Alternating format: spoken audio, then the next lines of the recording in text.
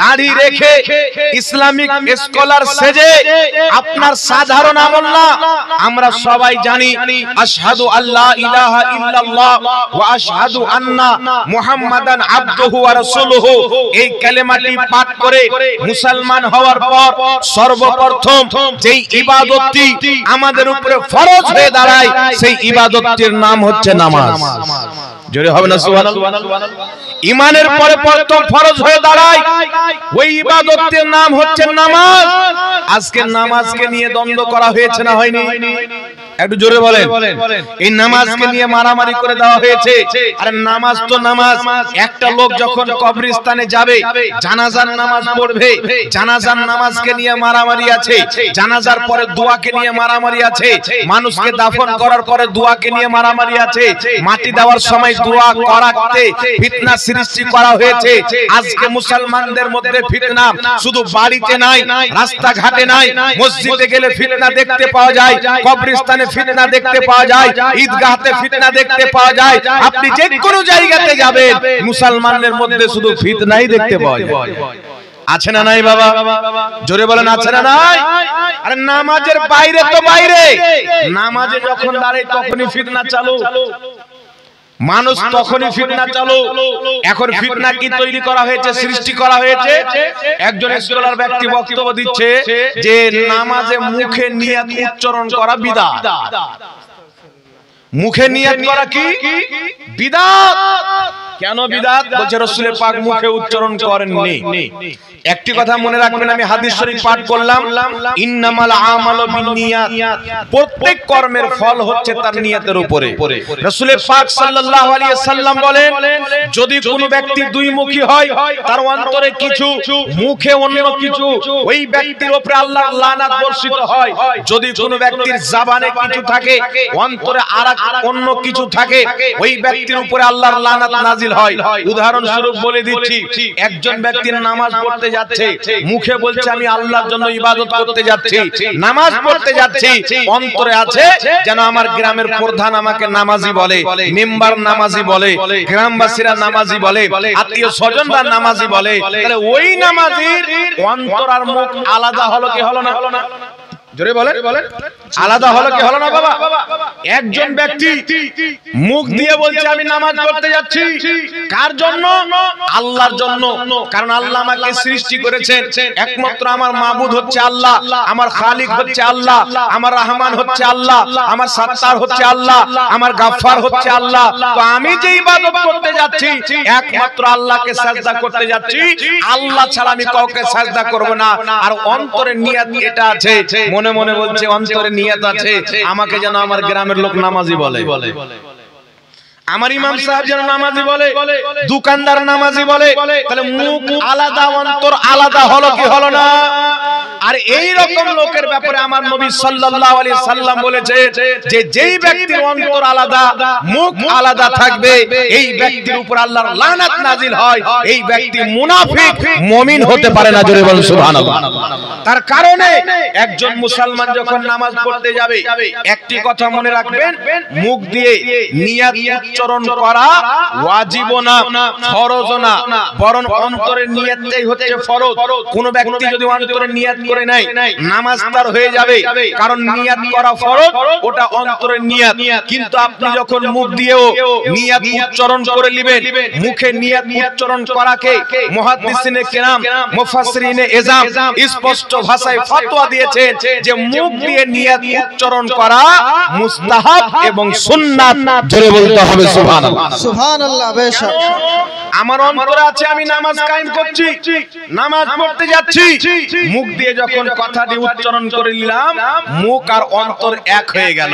আর যেই ব্যক্তির মুখ আর অন্তর এক হয়ে যায়, আল্লাহ তার উপরে রহমত বর্ষিত হয়। জোরে বলতে হবে সুবহানাল্লাহ। এই জন্য ফুকাহায়ে কেরাম হাজারো বছর পূর্বে ফয়সালা করে দিয়েছে মুখ দিয়ে নিয়ত উচ্চারণ করা মুস্তাহাব। আজকে কোন বান্দা যদি বলে যে মুখ দিয়ে নিয়ত উচ্চারণ করা বিদআত, আর ফতোয়া দেওয়াটাই হচ্ছে বিদআত। ওই নিজেই বিদআত। তাই বিরাদর ইসলামে একটি কথা মনে রাখবেন, যে গুদর মুলসি বলে নামাজের জন্য মুখ দিয়ে নিয়ত করতে হবে না, ঈদের নামাজে নিয়ত করতে হবে না, আমি চ্যালেঞ্জ করতেছি এই সারা পৃথিবীর মাটিতে এমন কোন মৌলবি যদি বাপের বেটা থাকে আমাদের সামনে একবার হাজির হয়ে যাও, যদি 10 মিনিটে প্রমাণ না করতে পারি যে মুখে নিয়ত করা এটা বিদআত না বরং জবান দিয়ে নিয়ত করা হচ্ছে সওয়াবের কাজ। জোরে বল সুবহানাল্লাহ। নারায়ে তাকবীর, নারায়ে রিসালাত, মাসলাকে আলা হযরত উলামায়ে আহলে সুন্নাত হযরতুল আল্লামা মুফতি জাহাঙ্গীর আলম রাজভী সাহেব। তাই জবান দিয়ে নিয়ত করা মুস্তাহাব সুন্নাত, অন্তর মুখ দুটোই হয়ে যাবে এক। জোরে বলেন না সুবহানাল্লাহ। আর যেই গুদর মুন্সি বলে যে মুখে নিয়তের প্রয়োজন নাই, এর মানে মানুষকে দেখাচ্ছে যে আমি নামাজি, কিন্তু অন্তর আছে আমার নামাজ দেখে যেন মানুষ গুমরাহ হয়।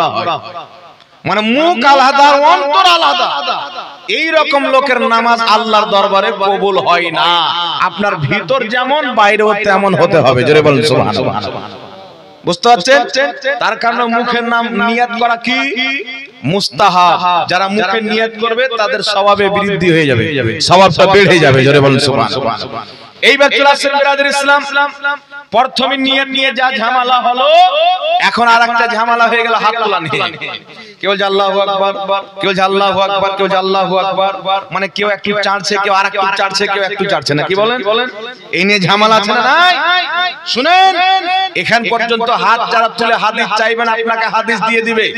এখান পর্যন্ত হাতের হাদিস চাইবেন হাদিস দিয়ে দিবে। এখান পর্যন্ত আমরা হাত তুলি হাদিস চান হাদিস আপনাদেরকে দিয়ে দিবে। কিন্তু শুনেন, এখান পর্যন্ত হাদিস আছে, এখানেও হাদিস আছে, এখানেও হাদিস আছে, তারে এত দূর পর্যন্ত তুললে নামাজ হবে না? জি এত দূর পর্যন্ত কেন তোলা সুন্নাত হলো? আপনি যখন হাতটা তুলবেন তো এত দূর আসবে কি আসবে না বাবা? এই আঙ্গুলকে যখন এখানে লাগালেন আপনার এখানেও হাত চলে আসবে, কানের নিচেও চলে আসবে, লতা পর্যন্ত চলে আসবে, তিনটা হাদিস আমল হবে। বলেন সুবহানাল্লাহ। তার কারণে এই কানের লতি পর্যন্ত হাত তুলতে হবে। আঙ্গুল যদি কানের লতিতে ঠেকে যায় কোনো সমস্যা নাই, কারণ নবী পাক সাল্লাল্লাহু আলাইহি সাল্লাম নামাজে যখন হাত তুলতেন তিনার আঙ্গুল কানের লতি পর্যন্ত চলে আসতো। জোরে বলতে হবে সুবহানাল্লাহ। যাক, এটা তো কোনো ঝগড়ার বিষয় নাই। হাত বাঁধা নিয়ে ঝগড়া চলছে বাবা। হঠাৎ করে দেখতে পাওয়া যায় আমাদেরই ঘরের ছেলে, আমরাই মানুষ করলাম, কোলে পিঠে করে নিয়ে বলালাম, আর দেখছি আমাদেরই পাশে দাঁড়িয়ে হাত বাঁধছে এখানে না। এরকম এ ফির আবার আমেরিকা থেকে নামাজ নিয়ে এসছে, সবাই এখানে হাত বানিয়ে আবার বাঁধে এখানে বুকের উপরে। একটি কথা মনে রাখবেন, ইসলামের মধ্যে 4টি মাযহাবের উপরে ইজমা হয়েছে। আল আসবা ওয়ান নাযাইর কিতাবের মধ্যে লেখা আছে 4 মাযহাবের উপরে ইজমা হয়েছে। তারপরে আপনার তাফসিরাতে আহমদিয়ার মধ্যে লেখা আছে 4 মাযহাবের উপরে ইজমা হয়েছে। কিয়ামত পর্যন্ত যত মুসলমান হবে তারা এই 4 মাযহাবের মধ্যে কোন একটি মাযহাব মানা তাদের জন্য জরুরি। বলেন সুবহানাল্লাহ। সুবহানাল্লাহ। বেশ ইমাম সাহাবী রাহমাতুল্লাহ আলাইহি বাইরুত লেবাননের ছাপ তাফসিরে সাহাবীর মধ্যে উল্লেখ করেছেন হানফি, শাফি, মালিকি, হাম্বলি এই 4 মাযহাবের যারা অন্তর্ভুক্ত তারাই হচ্ছে আহলে সুন্নাত ওয়াল জামাত। আর আমার নবীর হাদিস, কিয়ামতের ময়দানে আহলে সুন্নাত ওয়াল জামাতরা হবে জান্নাতি, তাদের চেহারা দিয়ে নূর চমকাবে। আর যারা আহলে সুন্নাত ওয়াল জামাত থেকে বেরিয়ে যাবে তাদের চেহারা কালো কচু হয়ে যাবে। জোরে বলেন সুবহানাল্লাহ। ইমাম সাহাবী বলছেন এই 4 মাযহাবের যারা অন্তর্ভুক্ত তারাই হচ্ছে আহলে সুন্নাত ওয়াল জামাত। আর যারা 4 মাযহাব থেকে বেরিয়ে গেল, যতই কুরআন পড়ে ফতোয়া দেখ, সহিহ হাদিস বলে ফতোয়া দেখ, আর সাহাবায়ে কেরামের উক্তি পেশ করুক, ইমাম সাহাবী বলছেন তারা হচ্ছে দল এবং মদিন পথভ্রষ্ট এবং পথভ্রষ্টকারী। জোরে বল সুবহানাল্লাহ। তার কারণে 4 মাযহাবের বাইরে কোনো রাস্তা নাই। কেউ যদি বলে আমরা কোনো মাযহাব মানি না, এরা হচ্ছে পথভ্রষ্ট।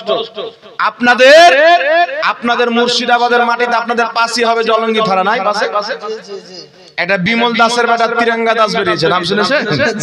জি জি, বিমল দাসের বেটা তিরঙ্গা দাস, ব্রাদার রাহুল নাম, সিস্টার রাহুল। জি, সিস্টার রাহুল।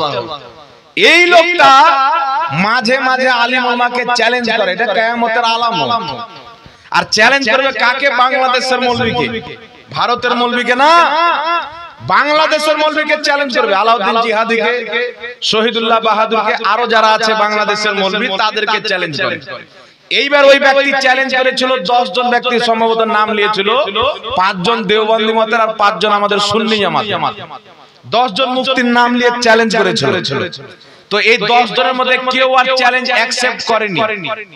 মানে এই 10 জনের মধ্যে এদের বক্তব্য হচ্ছে যে তোমাকে আরবি পড়তে হবে, আর এ বেটা আরবি পড়তে জানে না। আরবি পড়তে যদি বলেন তো বিমল দাসও বেহুশ হয়ে যাবে ওর বাপ। আরবি পড়তে জানে না তো বলছে আমি তো আরবি পড়তে জানি না, তাহলে তোমার সাথে বাহাস কিসের? যে আরবি পড়তে জান না, সাথে বাহাস হবে? জি। তারপরে আর বেশি কুটকুটানি যখন উঠে গেল, তো বাংলাদেশে একটা দেওবন্দি মৌলবী আছে আলী হাসান ওসামা নামে, ওসামা, ওসামা মৌলবী তার চ্যালেঞ্জকে অ্যাকসেপ্ট করে কাল না পরশু বসেছিল। তো ডিবেটটা আমিও কিছুক্ষণ পর্যন্ত দেখলাম। তো আরবি পড়ছে, তো আল্লাজি এই শব্দটাকে বলছে জামা, এক বচনের শব্দকে বলছে বহু বচন। তারপরে লেখা আছে আখাযা, তো বলছে আরাযা, আখাযাকে বলছে আখারা, মানে উল্টা পুল্টা আরবি পড়ছে। আর মুজতারিব হাদিসকে ওই ব্যক্তি বলছে সহিহ হাদিস। আর কোন উসুল জানে না। এই ওসামা নামক মৌলবীটা উসুল পেশ করছে, দেখলাম ভালোই উসুল পেশ করছিল। এই উসুল দিচ্ছে হাদিসে, তো এই উসুল সম্পর্কে জ্ঞানই রাখে না। এ যেটি মুখস্থি করিয়ে দিয়েছে ওর বাপ দাদা, ওটিকে বারবার রিপিট করছে। আর বারবার ব্যক্তিগত মানে হামলা করছে, পানি খেয়ে নাও ব্রেনটা ঠিক হয়ে যাবে, একটু রেস্ট নিয়ে নাও, পানি খেয়ে নাও, উমুক করে নাও, ধুমুক করে নাও। আমি একটা কথা বলতে চাই বাবা, আপনারা কেউ যদি আমার সহযোগিতা করতে পারেন, এই গাধাটাকে একবার আমার সামনে গিয়ে বসাইতে পারবে? এই গোটা মুর্শিদাবাদের জেলায় কোন ব্যক্তি যদি একে আমার সামনে বসিয়ে দেয়, ওকে আমি পুরস্কার স্বরূপ, অহংকার না, খুশি হয়ে আনন্দিত হয়ে, হাসান বিন সাবিত গজল পড়ছিলেন, নবী পাক খুশি হয়ে নিজের চাদর দিয়ে দিয়েছিলেন। আমার সামনে এই লোকটাকে একবার যদি কেউ বসাইতে পারে, আমি ওকে 1 লক্ষ টাকা পুরস্কার দেবো, খুশি হয়ে। মারহাবা, চেষ্টা করেন তো দেখি, একবার বসার চেষ্টা করেন। আর শুধু এই কথা না, শুনেন, কথা হচ্ছিল অন্যদিকে চলে গেলাম, কথা হচ্ছিল হাত বানা নিয়ে, হচ্ছিল না? জি, হাত বানালিয়ে কথা হচ্ছিল। আপনার বিমল দাসের বেটা তিরঙ্গা দাস সিস্টার রাহুল বলেছে আবু দাউদ শরীফের মধ্যে সহিহ হাদিস, বুকে হাত বাঁধতে হবে। সহিহ ইবনে খুজাইমার মধ্যে সহিহ হাদিস, বুকে হাত বাঁধতে হবে। কিন্তু একটি কথা মনে রাখবেন, বুকে হাত বাঁধার কোন সহিহ হাদিস এই জমিনের মাটিতে নাই। বুকের উপরে হাত বাঁধার সহিহ হাদিস এই জমিনের মাটিতে নাই।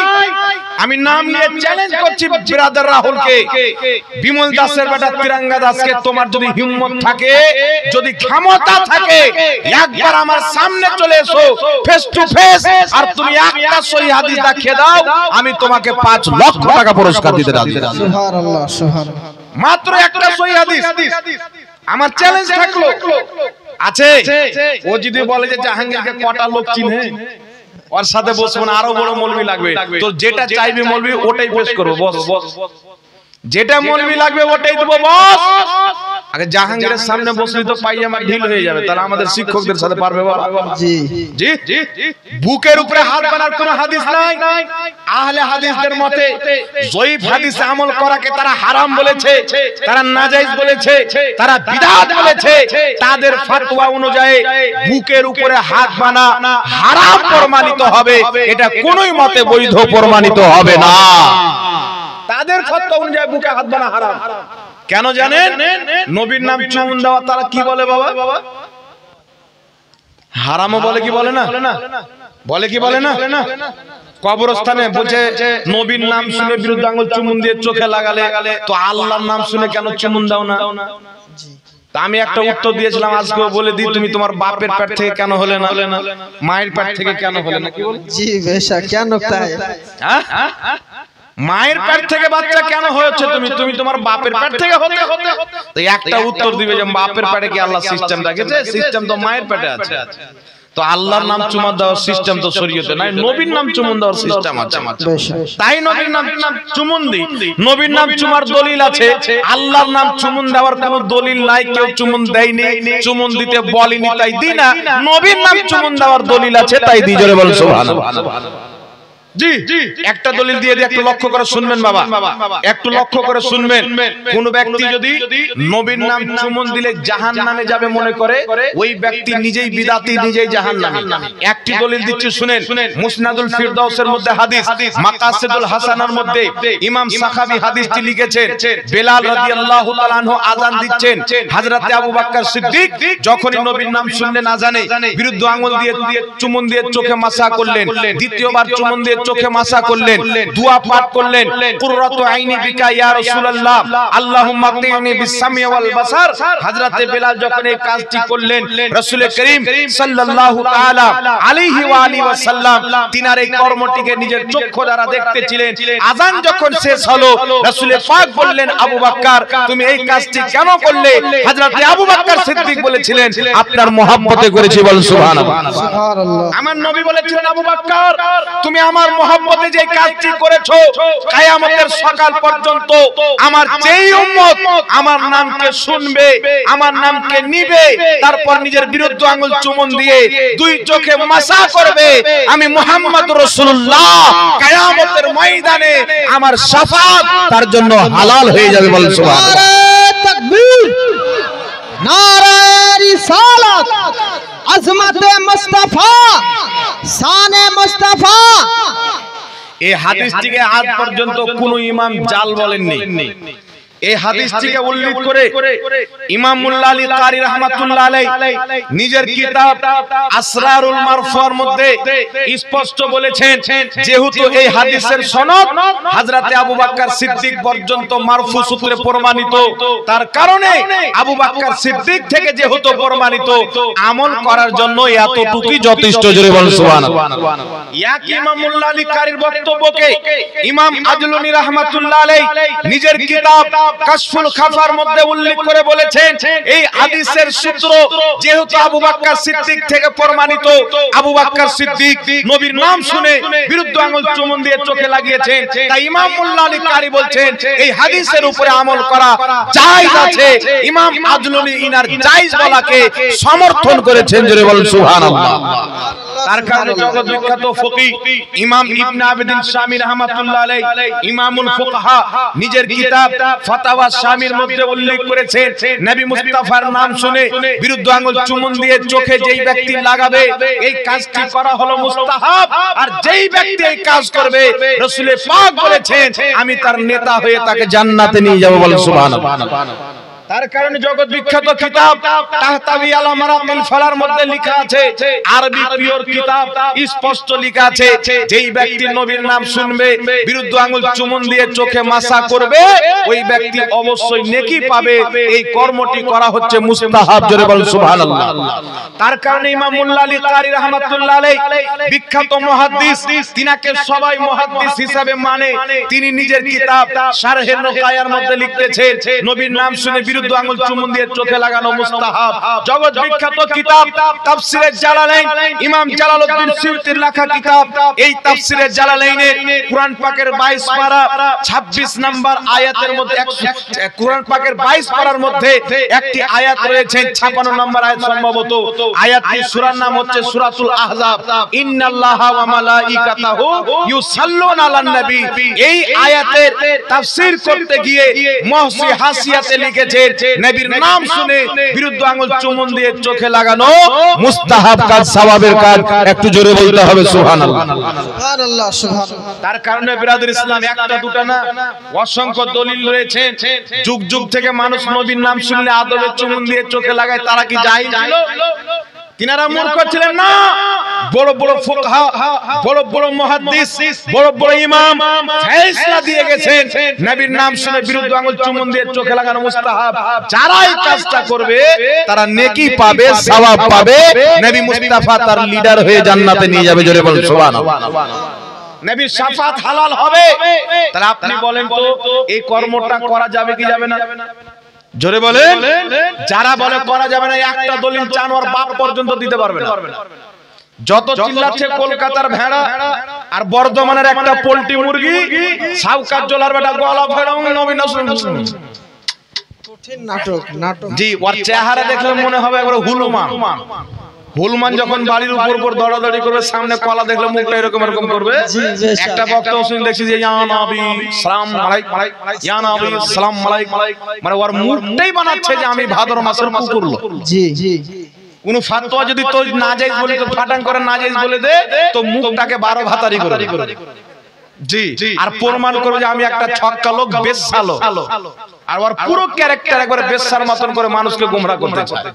একটি কথা মনে রাখবেন, এদের দল হচ্ছে স্টেজ পর্যন্ত। আমি নিজেকে বলছি, সালাম কিয়াম নিয়ে হোক, নবীর নাম চুমুন দেওয়া নিয়ে হোক, আমাকে যদি কোনো দেওবন্দি তার মাদ্রাসাতে ডাকে আপনাদের এলাকার, আমি তাদের মাদ্রাসাতে এসে প্রমাণ যদি না করতে পারি, কিয়াম করাও যায়, নবীর নাম চুমুন দেওয়া যায়, জুতোর গলা মালাই পড়ে যাব। যদি প্রমাণ করে দিই তোমাদেরকে মেনে তারপরে তোমাদেরকে আমল করতে হবে। বলুন ডাকো না, তোমার মাদ্রাসাতে ডাকো না, কি বলেন? যদি এখানে ডাকি তো ভাই করো ওদের এলাকা বাবু তোর মাদ্রাসাতে ডাকো না, আর পোল্ট্রি মুরগিকেও ডাকো, আর কলকাতার ভেড়াকেও ডাকো, দুটো কি ডাকো, আর আমার সামনে বসাও, 5 মিনিট দেখি কথা বলিয়ে দেখিয়ে দাও তো। আর নাহলে সিস্টার কি ডেকে নাও, হিম্মত হবে না। এইবার চলে আসেন বাবা। আর একটা কথা আপনাদের সামনে বলে দিই, হ্যাঁ একটা কথা বলছি শুনেন, আর আপনারা তার উত্তর দিবেন। আমি একটা আপনাদের কাছে প্রশ্ন করতেছি, আচ্ছা বলেন তো, আল্লাহ তাবারাক ওয়া তাআলা আদমকে সৃষ্টি করার পর সমস্ত ফেরেশতাকে হুকুম করলেন যে তোমরা আদমকে সাজদা করো, করেছিলেন কিনা? জোরে বলেন, করেছিলেন কিনা? তাহলে আপনারা বলেন তো, আদম আলাইহিস সালামকে ফেরেশতারা সাজদা করেছিলেন, তো ফেরেশতারা কিসের তৈরি? জি, নূরের তৈরি না? আর আদম নবী কিসের তৈরি? তাহলে মাটির ব্যাপারে আল্লাহ বলছেন নূরের ফেরেশতাকে যে তোমরা নূর হয়ে মাটিকে সাজদা করো। তাহলে নূরের দাম বেশি হলো না মাটির দাম বেশি হলো? জি, এই যুক্তিতে তো মাটির দাম বেশি হলো না, কি বলেন? এই যুক্তি কলকাতার ভেড়া দিয়েছে, বর্ধমানের পোল্ট্রি মুরগিও দিয়েছে, মানে দোনটাই সতী।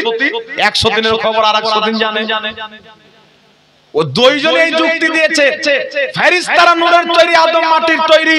মাটির তৈরি ফেরেশতা, নূরের তৈরি ফেরেশতা মাটির তৈরি আদমকে সাজদা করছেন। এর মানে স্পষ্ট হয়ে যায় নূরের দাম কম, মাটির দাম বেশি। যেই ব্যক্তি নবীকে মাটি মানে তারা নবীর দাম বাড়ায়, যারা নূর মানে তারা ঘটিয়ে দেয়। এই যুক্তি বলেছি কি বলেনি বাবা? কিন্তু এখানে একটা রহস্য আছে, এই গাধারা বয়ান করবে না। কারণ চোর যদি আপনার মেহমানের বাড়িতেও যায়, কোনো ভালো জিনিস দেখে তো আর মনটা লাল ঝাল করে, পেতাম যদি নিয়ে সাফ করে দিতাম না। জি, এখানে মেন পয়েন্টটা বলেনি, শুনেন। জগৎ বিখ্যাত সিরাতের কিতাব ইমাম সুরকানি রাহমাতুল্লাহ আলাইহি সবাই যিনাকে মানে, তিনার লেখা কিতাব সারা মাওয়াহিবুল্লাহ দুনিয়া, যাকে সুরকানি শরীফ বলা হয়, এই কিতাবের মধ্যে তিনি স্পষ্ট বলে দিয়েছেন যে সমস্ত ফেরেশতাকে হুকুম হলো আদমকে সাজদা করো।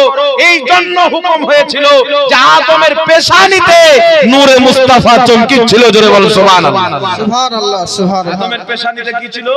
নূরে মুস্তাফা চমকাচ্ছিল। এইবার ফেরেশতারা যখন তাকালো, নূরে মুস্তাফা দেখে ঝুঁকে পড়লো। ফেরেশতারা জেনে নিল, কথা তো উল্লেখ হচ্ছে আদমের, উসজুদুল আদামা, আদমকে সাজদা করো, কিন্তু নিসবত হচ্ছে নূরে মুস্তাফা। আদমের দিকে ফেরেশতা তাকাচ্ছেন, জিবরিল তাকাচ্ছেন, মিকাইল তাকাচ্ছেন, ইসরাফিল তাকাচ্ছেন, নূরে মুস্তাফা চমকিচ্ছে। মুস্তাফার নূরকে দেখে আদমের সামনে সাজদায় পড়ে যায়। ইবলিস যখন তাকালো, নূরে মুস্তাফা দেখতে পেল না, তো বুঝা গেল যারা হক পথে হবে তারাই নূর দেখতে পাবে, ইবলিসের কাতারের লোক দেখতে পাবে না। বুঝতে পেরেছেন বাবা? ইবলিস দেখছে তো নূর কিছুই দেখতে পায় না, সমস্ত ফেরেশতা দেখছেন আদমের পেশানিতে নূর। তাহলে কি বুঝতে পারলেন? নবীকে নূর ঈমানদার দেখতে পাবে, শয়তানের দলের লোক দেখতে পাবে না। জোরে বলেন সুবহানাল্লাহ। আরেকটি আয়াত শুনেন, পবিত্র কোরআন পাকে আল্লাহ বলছেন, আল্লাহু নূরুস সামাওয়াতি ওয়াল আরদ, আল্লাহ হচ্ছে জমিন আকাশের নূর। তিরমিজি মুসলিম শরীফের মধ্যে হাদিস রাসূল করিম সাল্লাল্লাহু আলাইহি সাল্লাম বলেছেন আল্লাহ হচ্ছে নূর, আল্লাহ নূরুন, আল্লাহ নূর। তাহলে আপনারা বলেন মাটির দাম বেশি, নূরের দাম কম, যে যুক্তি দিয়ে প্রমাণ করতে চায় আল্লাহ হচ্ছে নূর, জমিন হচ্ছে মাটি, তাহলে আপনারা বলেন মাটির দাম বেশি না আল্লাহর দাম বেশি? জি, তো তার যুক্তি অনুযায়ী তো আল্লাহর দাম কম হয়ে গেল না, কি বলেন? কারণ আল্লাহ হচ্ছে নূর, আল্লাহ নূরুস সামাওয়াতি ওয়াল আরদ, আল্লাহ জমিন আকাশের নূর। আমার নবী বলছেন আল্লাহ নূরুন, আল্লাহ নূর, মুসলিম শরীফের হাদিস। তাহলে আপনি বলেন যদি নূরের দাম কম হয়, মাটির দাম বেশি হয়, তাহলে আল্লাহর দাম বেশি না আদমের দাম বেশি? জি, তাহলে এই যুক্তি ওই শয়তান থেকে নিয়েছে। শয়তানকে আল্লাহ বলছে তুই কেন সিজদা করলি না? শয়তান বলছে আমি আগুনের তৈরি, আদম মাটির তৈরি, মাটির চাইতে আমি উত্তম হয়ে আমি কমা মালকে সিজদা কেন করব? এই যুক্তি ওই কলকাতার ভেড়া নিয়ে নিয়েছে আর বর্ধমানের পোল্ট্রি মুরগি নিয়ে নিয়েছে যে নূরের ফেরেশতা মাটিকে সিজদা করছে। আরে শুনো, আদম নবী মাটির তৈরি, এই কারণে সিজদার হুকুম হয়নি। আদম নবী আল্লাহর নবী, তার কারণে সিজদার হুকুম হয়েছে। জোরে বল সুবহানাল্লাহ। এখানে নবুয়তের দাম আছে, সৃষ্টি নিয়ে নাই। কি বুঝতে পারলেন বাবা? নবুয়ত তাকে দিয়েছেন তাই, তার কারণে শুনেন ফেরেশতা নূরের তৈরি কিনা? জোরে বলেন, ফেরেশতা নূরের তৈরি কিনা? আল্লাহ পাক হচ্ছে নূর, আল্লাহ পাক কি নূর। এই যে মাটি তৈরি আছে, আদম নবী মাটি থেকে তৈরি। মাটি জমিন যে দেখছেন, এই জমিনটা কি থেকে তৈরি বাবা? এই মাইক মাটির তৈরি, মোবাইল মাটি থেকে তৈরি, সোনা মাটি থেকে তৈরি, চাঁদি মাটি থেকে তৈরি, রূপা মাটি থেকে তৈরি, গাছগাছালি মাটি থেকে তৈরি। তাহলে আপনি বলেন মাটি কি থেকে তৈরি? বিজ্ঞান পর্যন্ত বলতে বাধ্য হয়েছে মাটি হচ্ছে আলো থেকে তৈরি। ওই আলোকে বলা হয় নূর। জোরে বলুন সুবহানাল্লাহ। মাটি ও নূর থেকে তৈরি। তাই আমার আপনার নবী বলেছেন কুল্লু খালাইক মিন নূরি ওয়া আনা মিন নূরিল্লাহ, আমি আল্লাহর নূর থেকে সৃষ্টি, কায়নাত আমার নূর থেকে। বল সুবহানাল্লাহ। মাটিরও হাকিকত নূর, আরশের হাকিকত নূর, পানির হাকিকত নূর, কুল কায়নাতের হাকিকত হচ্ছে নূর। জোরে বলতে হবে সুবহানাল্লাহ। তাই আমার আপনার নবী বলছেন যে হাদিসটিকে লামাযহাবিদের গুরু ইবনে কাসির নিজের কিতাব আল বিদায়া ওয়ান নিহায়ার মধ্যে সহিহ বলেছেন। রাসূল পাক বলছেন আমি সৃষ্টির দিকে সর্বপ্রথম, আমি সৃষ্টির দিকে প্রথম, ওয়া আখিরুহুম ফিল বাসে, এবং পাঠানোর দিকে সবারই শেষে। জোরে বল সুবহানাল্লাহ। আল্লাহ আমাকে প্রথম সৃষ্টি করেছেন কিন্তু পাঠিয়েছেন সবারই শেষে। আর শরফে মুস্তাফা নামক কিতাবে লেখা আছে, এটি একটি হাদিসের কিতাব। ইমাম খারকশী রাহমাতুল্লাহ আলাইহি উল্লেখ করেছেন সহিহ সনদে। এই হাদিসের মধ্যে আব্দুল্লাহ ইবনে মুবারক বর্ণনাকারী রয়েছেন, হযরতে আবু সুফিয়ান বর্ণনাকারী রয়েছেন। বিশুদ্ধ সনদে হাদিস হযরতে আলী রাদিয়াল্লাহু তাআলা আনহু বলছেন যে কলমের আগে, জান্নাতের আগে, আরশের আগে, সারা পৃথিবীর আগে আল্লাহ নবীর নূর সৃষ্টি করেছেন। জোরে বলতে হবে সুবহানাল্লাহ। এবার একটু লক্ষ্য করে শুনেন বাবা, দুটি পয়েন্ট শুনবেন। একটি হাদিস শরীফ রয়েছে, আল্লাহ পাক আল্লাহ তাবারাক ওয়া তাআলা রাসূল বলছেন যে আল্লাহ পাক সর্বপ্রথম কলম তৈরি করলেন। কি তৈরি করলেন? কলম তৈরি করলেন। তারপর আল্লাহ বলেন হে কলম লেখো, ইয়া কালামু উকতুব, হে কলম তুমি লেখো। কলম বলছে আল্লাহ কি লিখবো? আল্লাহ বলছেন যা কিছু তোমার পূর্বে সৃষ্টি করেছি এবং পরে করব সব লেখো। তাহলে কি বুঝা গেল? কলমের পূর্বে আল্লাহ কিছু সৃষ্টি করেছিলেন। কি সৃষ্টি করেছিলেন?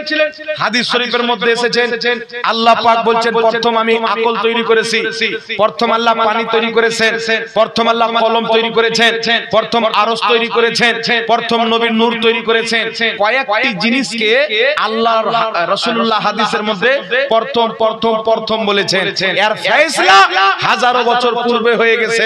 পীরে পীরা বড় পীর আব্দুল কাদের জিলানী, শাইখুল মাসাইক, মুহাদ্দিসে আযম, মুফাসসিরে আযম নিজের কিতাব সিররুল আসরার ওয়া মাজহারুল আনওয়ারের 7 পৃষ্ঠার মধ্যে বলেছেন যে কলম প্রথম তৈরি, আকল প্রথম তৈরি, নবীর নূর প্রথম তৈরি। হাকিকত হচ্ছে এই সমস্ত জিনিসের মধ্যে সর্বপ্রথম আল্লাহ নবীর নূর তৈরি করেছেন। বল সুবহানাল্লাহ। তারপরে নবীর নূর থেকে কলম তৈরি করা হয়েছে, আকল তৈরি করা হয়েছে, পানি তৈরি করা হয়েছে। বুঝতে পারছেন বাবা, ফয়সালা 1000 বছর পূর্বে হয়ে গেছে। এইবার চলে আসেন ইমাম ইবনে হাজার রাহমাতুল্লাহ আলাইহি, তিনার বক্তব্যকে ইমাম মুল্লা আলী কারি রাহমাতুল্লাহ আলাইহি নিজের কিতাব মিরকাতের মধ্যে উল্লেখ করেছেন। কি উল্লেখ করেছেন? যে ওইখানে কয়েকটি হাদিস উল্লেখ করেছেন যে আল্লাহ প্রথম কলম তৈরি করেছেন, আকল তৈরি করেছেন, নবীর নূর তৈরি করেছেন। ইমাম ইবনে হাজার রাহমাতুল্লাহ আলাইহি বলছেন এই সমস্ত জিনিসের মধ্যে মুহাদ্দিসিনে কিরাম যেটাকে প্রাধান্য দিয়েছেন, যেটাকে প্রথম মেনেছেন, ওটা হচ্ছে নূরে মুহাম্মাদি। জোরে বলতে হবে সুবহানাল্লাহ। ইমাম মুল্লারি একই কথা বলেছেন। তার কারণে ফয়সালা তো 1000 বছর পূর্বে হয়ে গেছে, 500 বছর পূর্বে হয়ে গেছে ফয়সালা যে আল্লাহ পাক সর্বপ্রথম নূরে মুহাম্মাদি তৈরি করেছেন।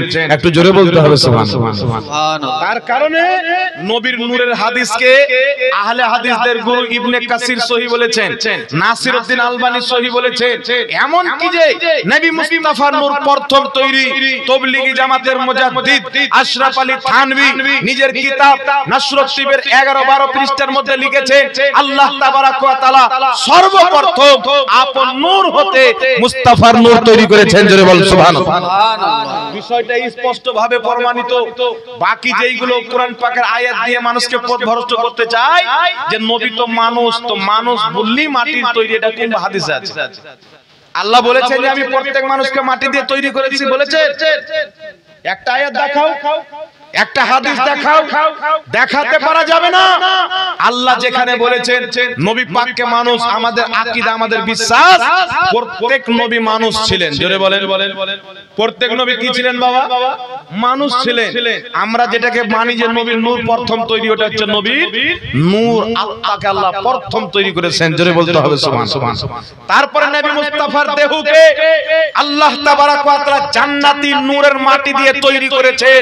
তাই নবীকে বলা হয় নূরে মুজাসসাম। নবীর আত্মাও নূর, নবীর দেহও নূর। জোরে বলুন সুবহানাল্লাহ। তার কারণে নবী পাককে কি বলা হয়? নূরে মুজাসসাম। এইগুলো ফয়সালা বাবা আগেই হয়ে গেছে। দেওবন্দীদের কিতাবে লেখা আছে নবীর নূর আল্লাহ প্রথম তৈরি করেছেন। লামাযহাবীদের গুরু ওয়াহিদুজ জামা নিজের কিতাব হাদিয়াতুল মাহাদির মধ্যে লিখেছেন আল্লাহ সর্বপ্রথম নবীর নূরকে তৈরি করেছেন। এটা দেওবন্দীদের গুরু লিখেছে, আহলে হাদিসদের গুরু লিখেছে, মুহাদ্দিসরা লিখেছে। আজকে যারা ফিতনা ফাটল সৃষ্টি করতে চায়, মানুষের মধ্যে দ্বন্দ্ব তৈরি করতে চায়, এরা মানে না, কিন্তু এদের বাপ দাদা মেনে নিয়েছে। জোরে বলুন সুবহানাল্লাহ। আর মানুষকে বুঝায় কি এরা নবী পাককে মানুষ মানে না, আমরা মানুষ মানি না। নবীগণকে যে মানুষ না মানবে ও কাফির, মুসলমান হতে পারে অবশ্যই মানুষ, কিন্তু আল্লাহ তাবারাক ওয়া তাআলা তিনার আত্মাকে নূর দিয়ে সৃষ্টি করেছেন, আর সর্বপ্রথম সৃষ্টি। জোরে বলতে হবে সুবহানাল্লাহ। এইবার চলে আসেন বিরাদে ইসলাম। যেহেতু এই বিষয়টা নিয়ে বাহাস চললো, তো আমি কয়েকটা মাসলাকে আপনাকে বলে দিই। মাসলা হচ্ছে যে জানাজার নামাজ আমরা পড়তে যাই কি যাই না বাবা? জোরে বলেন। দাফন করতে গিয়েছেন?